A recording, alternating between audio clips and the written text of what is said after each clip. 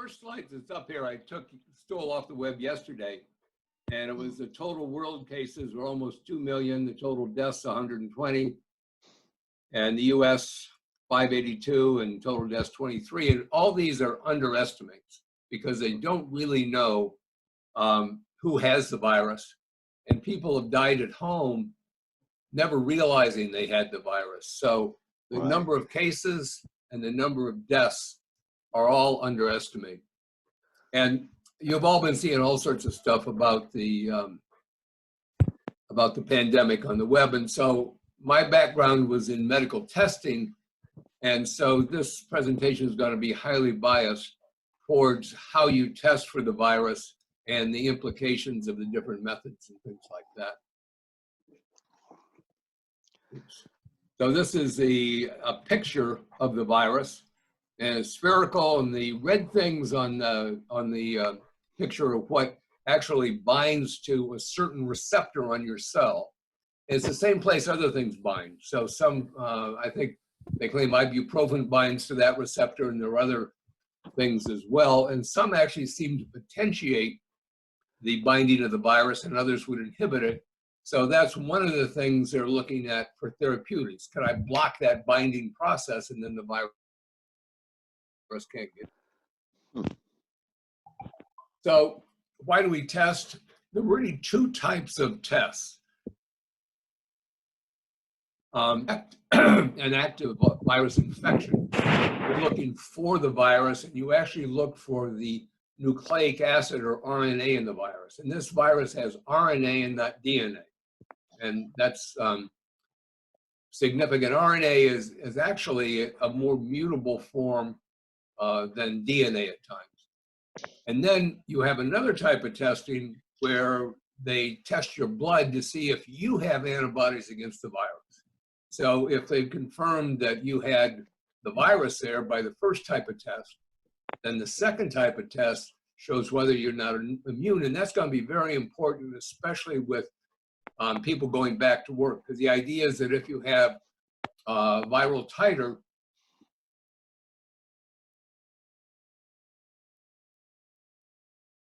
all right, and you can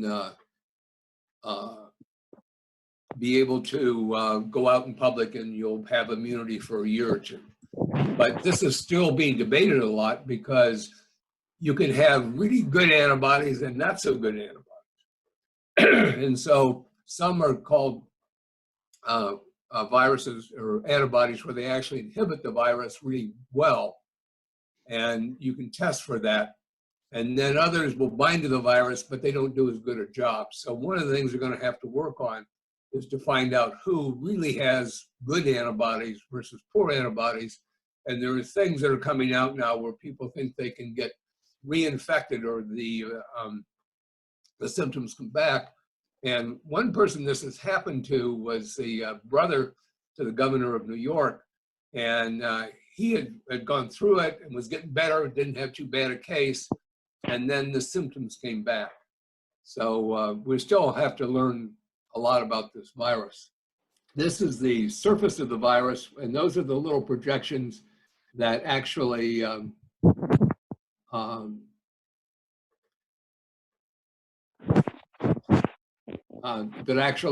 the things that are attached to your cell. Inside here, you can see my leader, that's the nucleic acid, the RNA. And then you have other points, that other protein that actually help stabilize the shell of the virus. And the shell is lipid or fat. So that's one of the reasons soap works so well on this virus, because it destroys that fatty layer.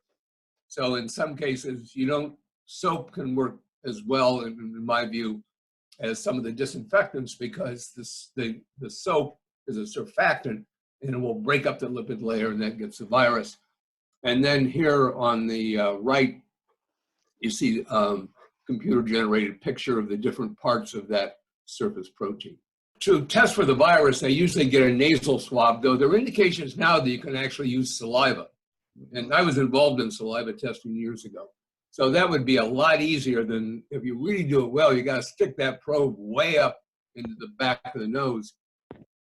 And they're finding out at times you really don't have to do that. You can, the saliva or more towards the front of the nose can work just as well. And if you don't have to stick the thing way up in there, then it was much easier for other people to be able to do it. So the first type of test, the test when you test for the virus, and this is all new stuff, and you know, I have a technical background in it, and this used to be a 2 or 3 day test, and now they can do it in 5 minutes. So there's been tremendous advances in the technology of how you do these tests. Here on the left of your screen, you have 2 pieces of, they usually, just as an aside, RNA is usually single-stranded, DNA is double-stranded. And to make a lot of this work, they actually convert the RNA into DNA using reverse transcriptase that was first found in the HIV virus. So it's RNA and it has this thing, so it makes DNA and then it can get into your genome. This doesn't get into your genome, but for the testing, they convert the RNA to DNA. And then you have this process where you separate the 2 strands and then you build the second strand. And that takes 1 strand and makes 2, 2 and makes 4, 4 and makes 8. And so it's an amplification process. And excuse me, the machines do it. They're very small volumes, itty bitty volumes. So it can cycle between hot, cold, very rapidly. And so if you start off with 10 viruses, and you keep going up, so it's a logarithmic increase. And the other tricky thing they've done is that the thing that binds to the open strand has a floor on it, and right next to the floor is a quencher, if you can see where I'm circling here. When it binds, those 2 separate. So now the floor works. And what they do is they look at the fluorescence, and as the doubling continues, the fluorescence keeps going up, and then you get a positive response. If there is no virus there, you don't get any release of the floor, so it stays level. And you might see on some of these things, they'll say, well, a positive, you can get a positive in 3 minutes and a negative in 7. And what they're saying is, if I got a lot of virus, I'm going to get a positive fast. But I should wait for at least 7 minutes to me, don't have any virus there. And these things are amazingly sensitive. They can detect under 10 virus particles in the sample.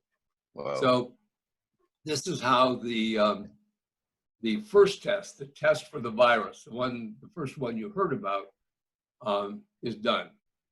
And it can be done on gigantic machines. The stuff at the left would be in a major clinical laboratory.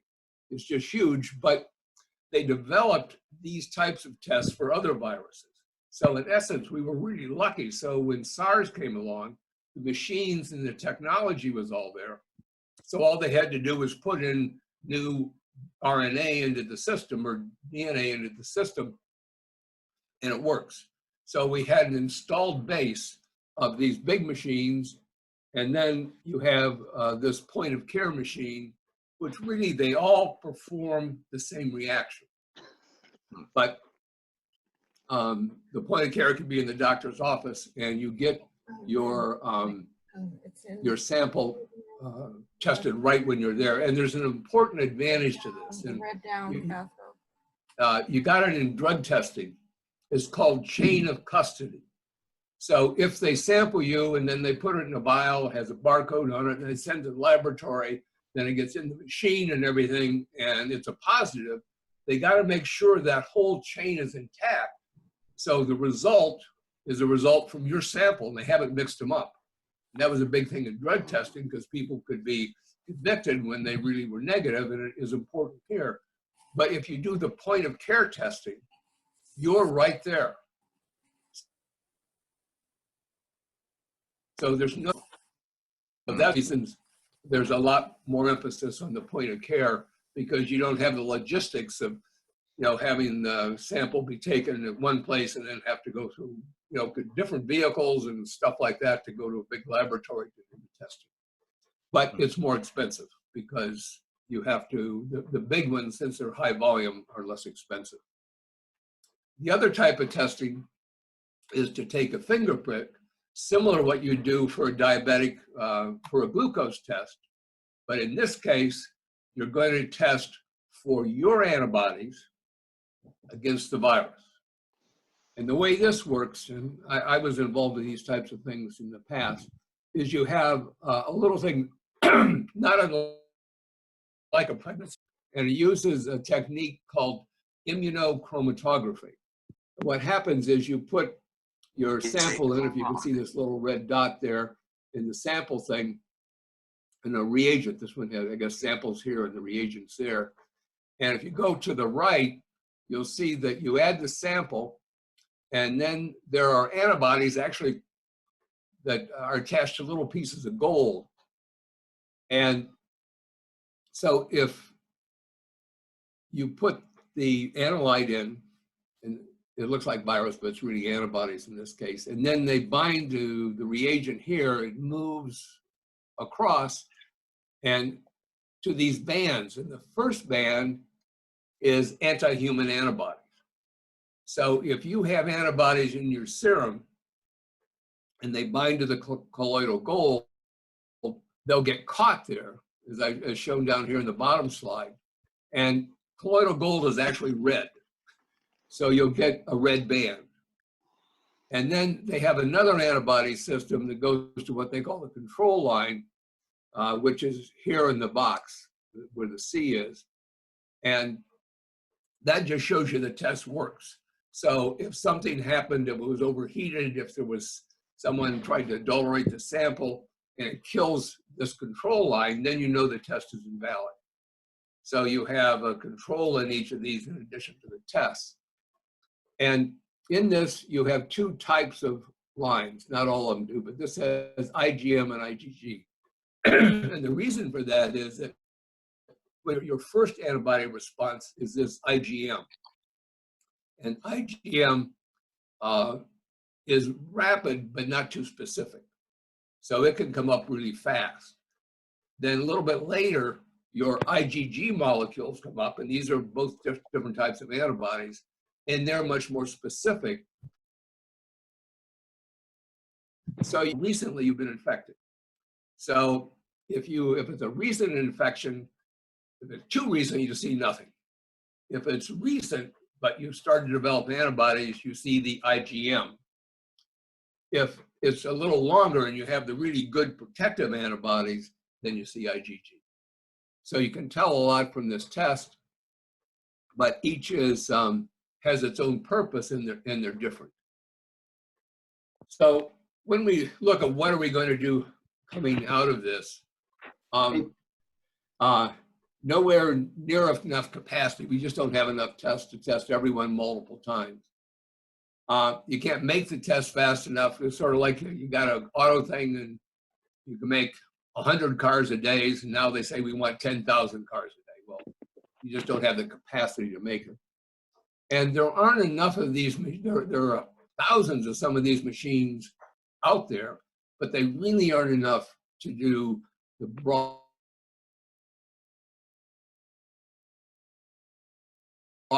to bring back the economy. Is that we need a lot more testing. So what we have to do is we have to keep with the social distancing. So like around here, you see some people wearing masks and stuff. I would think you got to go to everyone does